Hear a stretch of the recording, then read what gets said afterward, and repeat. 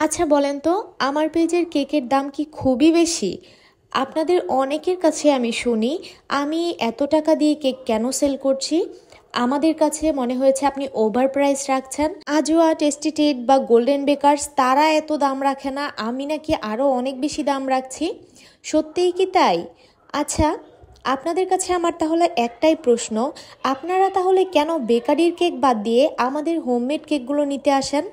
একবারও কি ভেবে দেখেছেন যে আপনারা যখন এত এত বড় ব্র্যান্ড বাদ দিয়ে আমাদের কাছে আসেন, তখন কি প্রত্যাশা নিয়ে আসেন? অবশ্যই তাদের থেকে বেটার পাওয়ার জন্য, তাই না? তাহলে আপনারা যদি সব দিক থেকে কোয়ালিটি বেটার চান, মানসম্মত, স্বাস্থ্যসম্মত, প্লাস হচ্ছে আপনার ফ্রেশ এবং টাটকা কেক চান, তাহলে তো অবশ্যই আপনাদেরকে সেই জিনিসটার প্রপার একটা মূল্য দিতে হবে, তাই না? আপনারা যদি মনে করেন বেকারির কেকের মতন আমাদের কেকের প্রাইসটা আমরা রাখবো, তাহলে কিভাবে হয় বলেন তো? তাহলে তো আপনারা সেই বেকারি থেকেই কেক কিনে খেতে পারেন, আমাদের কাছে আসার তো আর কোনো প্রয়োজন হবে না আপনাদের, তাই না? তো এই জিনিসটাই আসলে আপনারা অনেকেই বোঝেন না। বাই দ্য ওয়ে, আমি একটু বলে নিই এই ফাঁকে, এই কেকের ভিডিওর সাথে আমি এই ভয়েস ওভারটা দিচ্ছি বলে কেউ মনে করবেন না যে এই কেকের কাস্টমারের সাথে এই সব ঘটনার কোনো কারণ আছে। এটা কিন্তু একদমই না, কারণ ভাবি আমাকে কিন্তু আমার যে প্রপার ন্যায্য টাকা সেটাই দিয়েছে।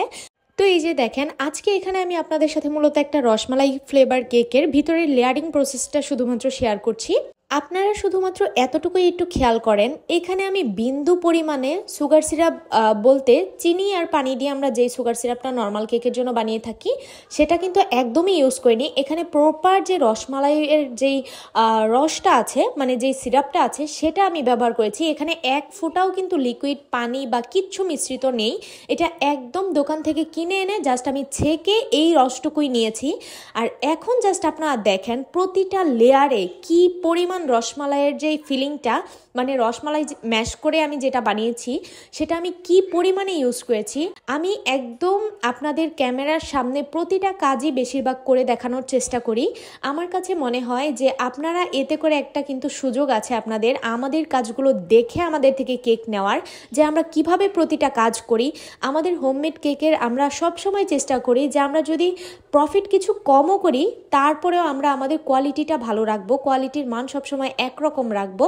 তো সবসময় আমি সেটাই চেষ্টা করে যাচ্ছি। আপনাদের কাছে আমার একটাই রিকোয়েস্ট, আপনারা যারা হোমমেড কেকের সাথে বেকারির কেকের তুলনা করেন, তারা অবশ্যই একবার হলেও আমাদের থেকে হোমমেড কেকটা নিয়ে দেখবেন। তারপর আপনারা নিজেরাই জাজ করবেন যে আপনি যে বেকারের কেকের কথা বলেছেন সেটা আর আমাদের হোমমেড কেক কি একদম এক কিনা।